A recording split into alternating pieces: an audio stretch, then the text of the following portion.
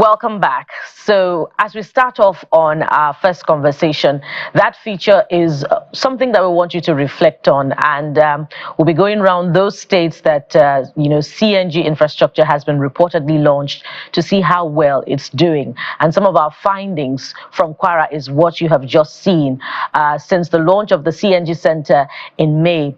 Not a single gas has been sold, according to our report.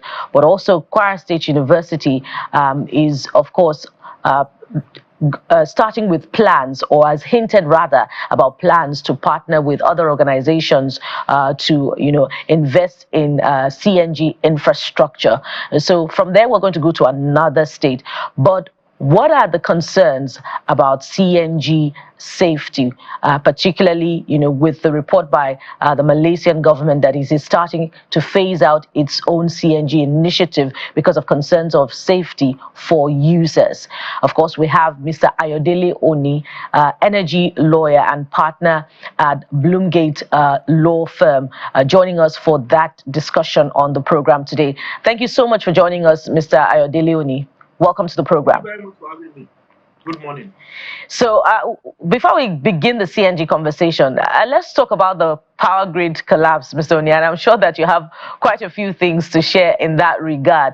I'm particularly curious about the explanation provided by the TCN, which says is what is responsible for this round of grid collapse. It says that a rise in frequency from 50.33 megahertz to 51.44 megahertz is the cause of this collapse.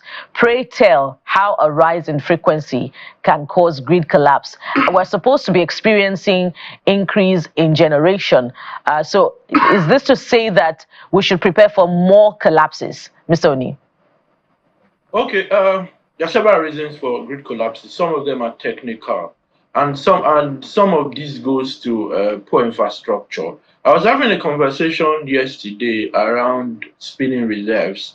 Part of the challenge we have is that typically you should have what they call ancillary services, so that when there is an imbalance or one or two plants go out of service or are de-energized, certain plants that are on reserve kick in immediately. And one of such is supposed to be Zungeru. But the problem is that you have problems across those lines. They're already loaded. We do not have sufficient capacity across the transmission lines, such that if there is a challenge on one line, you cannot immediately get a Zungeru, for example, to come on stream. So it's the same problems we've had, and the fact that this infrastructure is old. You talk about 50 years, 60 years. So until we do a major upgrade, we may still from time to time continue to have these challenges. Now, I think the minister has done something quite smart, getting people to, because another thing about Nigeria is that there's a lot of guesswork.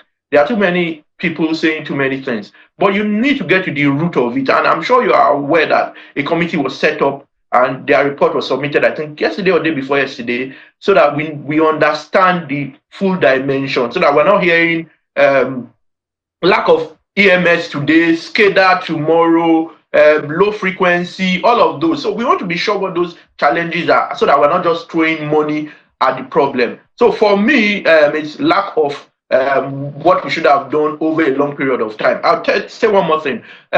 Between 1987 and about 2016, we did not have any major grid upgrade. Now imagine what the population was in 1987 and what it was in 2016 and what it is now. So if you don't continue to improve or maintain, and we've had this challenge as a country, maintenance culture, if you don't continue to maintain what you have, it will go bad. Tinapa is an example. Obudu Cattle Ranch is an example. So you've got examples everywhere. So, I mean, the answers are staring us in the face. That's what I'll leave it at. And you know, Mr. Oni, we can't say it enough about the need for greater accountability in the allocation of, finances to the power sector, to be judiciously expended for maintenance if we're not investing in alternative power sources. And maybe one day when we have an opportunity with the Minister of Power, we're going to ask those important questions about what the funds allocated to that ministry in the first place are being used for. But let's go to the CNG conversation now. And of course, the report by the Malaysian government after it came through that it is planning to phase out CNG raised concerns about the safety of CNG by Nigerians. And you know that we've had quite a number of incidents in the last 1 year that has further, increased the worry of those who want to transit. But the presidency is saying that the ban on that Malaysia is implementing is more as a result of LPG rather than CNG. But the statement from the Malaysian government is quite clear. Is your fear, if you have any, about CNG is assuaged by the clarification provided by the presidency? Well, not necessarily. But the point I'd make is there's no such change that won't come with its challenges. Does that mean I would not use my cooking gas at home? Because there's been a few cases where you've had explosions. Maybe not. Now, the broader question is even the penetration.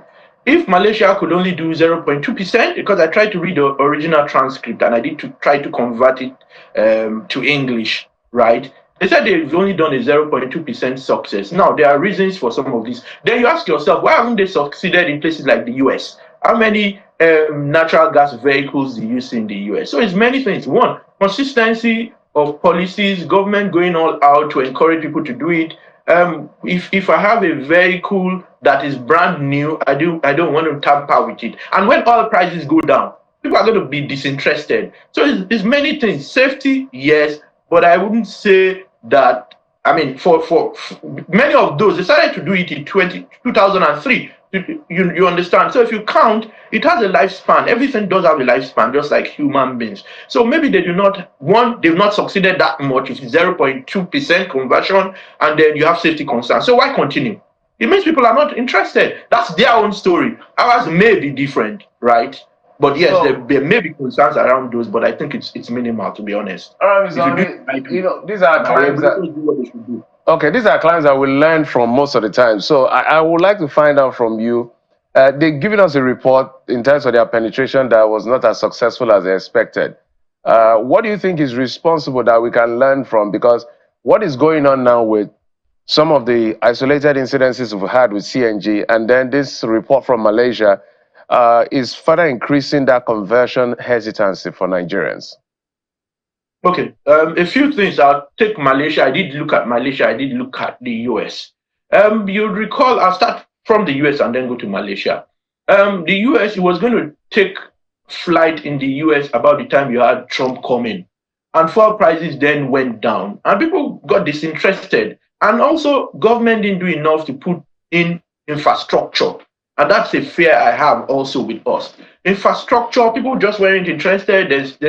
Fuel prices aren't crazy, so why should I convert my vehicle? It's a bit expensive. I've got a vehicle and then I need to then convert. I think Honda did produce a Civic with natural gas usage, and people didn't really buy it, and they stopped doing it. So at times, so many factors come together to work against something, and then consistency. Maybe Biden had started and Obama may have started it. Trump got in and didn't see the need. He said, "Drill, baby, drill," and everyone was drilling for oil too, and prices went down. So all of these are things we can learn from. Malaysia too, there wasn't sufficient interest from the people. They've got good roads, all of that infrastructure. They complained about insufficient infrastructure, infrastructure for buying the CNG itself. And the people who were interested, then people spoke about warranties in their vehicles. Those were challenges for them. So it was more around people not being that interested. And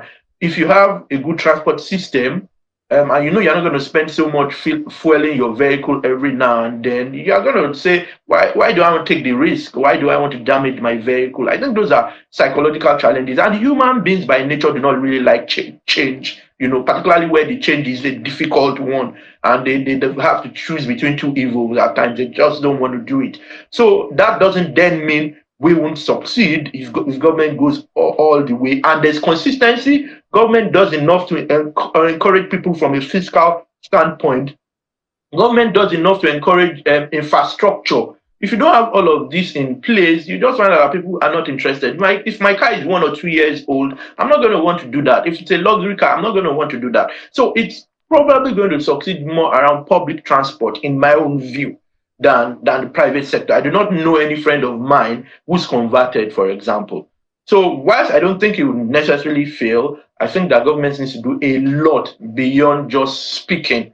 They need to encourage people more. They need to give people a reason, and I see some of those being done. Like they say, you can pay in installments. You can get it done now, not necessarily finish payment. The question then is, we should find out how many people have been onboarded.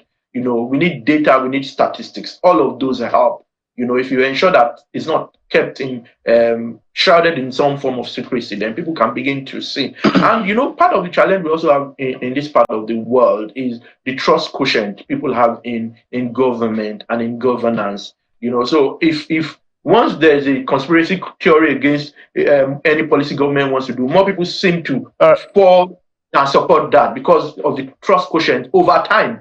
Mr. Oni, I don't know how widespread CNG is, so that I like the optimism you share, and also you've highlighted the issue of the trust quotient. I don't know whether it's unique to Nigeria, given the fact that CNG is not as much around the world like the use of PMS in terms of using of cars and all of that, and it's a bit suspect that even big global economies or the big economies of this world are not aggressively pursuing it. And they are the ones that are preaching energy mix, clean energy. Maybe you can explain what is going on for us here. Okay. There's also the problem with the electric vehicles. So people will be, rather than do something that is still dirty, I mean, cleaner than liquid fuel, then we do electric vehicles, particularly where it's even more expensive than regular cars. So I think rather than go gas, some have jumped that bus stop and just gone straight to their destination, which is electric vehicle. The competition electric vehicles have brought one, and the fact that you see a lot of support, particularly in the West, for electric vehicles ahead of natural gas. That's one thing. And I've said historically, crude oil prices go up and down. Those periods, my research suggests that those periods where certain countries were trying to push for natural gas vehicles, oil prices went down, and people were like, "Well, it's not too expensive to buy PMS. Why am I then going through the pains?" So I think it's also just been that way. It's just at times coincidences. And you're also right. Infrastructure, and we don't even see manufacturers. I think 1 or 2 manufacturers have tried and they didn't succeed. You know, every now and then a new car comes out, people don't get to buy it, and the manufacturer stops to make such vehicles. There was a time, if you remember, Sahara Energy, you'd see those LPG vehicles. I don't see them anymore. If they don't have sufficient infrastructure where you can fuel that vehicle, you're not going to buy it. Every now and then we speak about not having enough cooking gas. The same LPG is cooking gas. I understand that our own policy for cars is LPG. I'm just using that as an example. It's CNG, right? But if you don't have sufficient infrastructure, if oil prices play games in sense that the prices are good, or you have sufficient means of transport, you can go by rail, you can go by sea, you're not going to consider much around changing your vehicle technology or fuel usage. I think those are softer issues we're not considering beyond policies, beyond driving policies, laws, fiscals. The natural human nature too needs to be given due consideration. So I think that's why many countries haven't made much progress. The manufacturers are manufacturing those vehicles. There isn't enough push around infrastructure, and people have just felt that we can live with the oil prices as they are. And in those countries that you refer to, there's perhaps an abundance of those alternative means of transportation, rail, light rail, maybe water transport. But back here there is a deficit of it. The inadequacy of it is the challenge, which is why the CNG conversation is still on. But before I go to the next leg of my question, Ms. Oni, who cooks a pot of soup and doesn't eat in it? Shouldn't we be asking questions of federal government agencies, state ministries, the federal government itself about the measure of their own vehicles and facilities that have been converted to CNG, if indeed they're preaching to Nigerians the message of CNG safety? You know, that's the fun thing, and it goes to the point I made around the trust quotient. One, the trust quotient. Secondly, and I'd like to go back to your analysis around abundance of other means of transportation, and that's why I say it would not necessarily fail in Nigeria, and we can't necessarily say that our case will be what is elsewhere because our own situation is peculiar. But I do also understand, whilst you will criticize a bit, I do also understand that the president at some point said that certain ministries should then begin to use CNG. Now, implementation usually is where things fail in this part of the world, like policies, like laws. You have brilliant people issue policies, think things through, but when it comes to implementation, usually we are not as successful as the quality of the policies themselves. Implementation usually then fails. So, good point. We should then be asking, what's the data available? Like people say, data is the new oil. What's the data available around conversion, around even the presidency, around ministries, departments, and agencies of the federal government? Do the ministers' cars use CNG now? Are they in the process? Or are they like, oh, our cars are brand new, under warranty, and we can't do this? Then it becomes a problem. People are still going to go to the trust quotient. You are not using it, and you want us to use it. Particularly people who feel they can still afford fuel prices. And as things improve, I was in Ibadan a few weeks ago, and rather than drive, I will get my driver to take me there and spend a lot on fuel and concerns around security and all of that. I took the train from Lagos to Ibadan, and I took it back later in the day. So when you begin to have those alternatives, you're going to not see a reason to do this, right? Unless, there's something more compelling. And as we wind down very quickly, I'd like you to respond to this. Maybe you can do that in a minute and a half. We must look critically into what the Malaysian government is saying. According to the country's transport minister, they're citing potential hazards posed by CNG tanks nearing the end of their safe usage lifespan.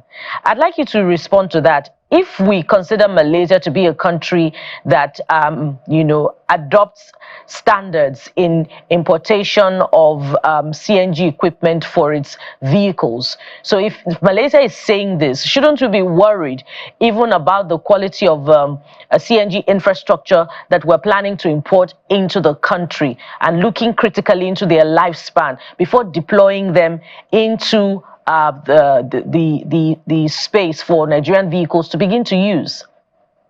Okay, I did read that statement by Anthony Loke or so. That's the name of the minister. And that's true. We've always had that challenge with regulatory oversight.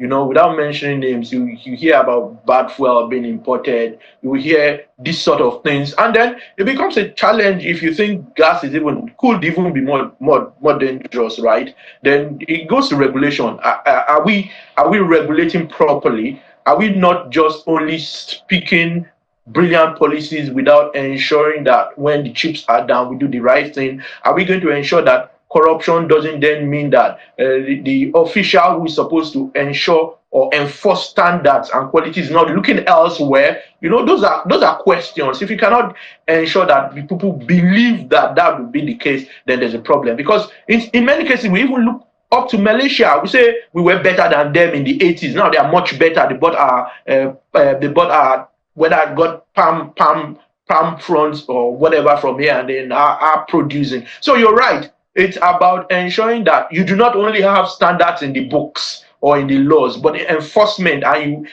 let the people trust that this enforcement will be done. You see the explosion that happened in Benin, I think. They said they used an LPG tank for what should be CNG. That's what I did here at that time. So if you begin to have those sort of incidents, you do not have a means to track. The vehicle inspection office doesn't do what it ought to do, then by the time you have one or two incidents, people are not going to want to do it. So beyond stating policy, implementation is a critical point. in this part of the world and enforcing regulations and rules. All right. We'll continue to ask those very critical questions to inform Nigerians, particularly if they're considering, converting their vehicles. We must thank you very much for your time and contributions to the program. Mr. Ayodele Oni is an energy lawyer and partner at Bloomgate Law Firm. Thank you so much for your time on the program.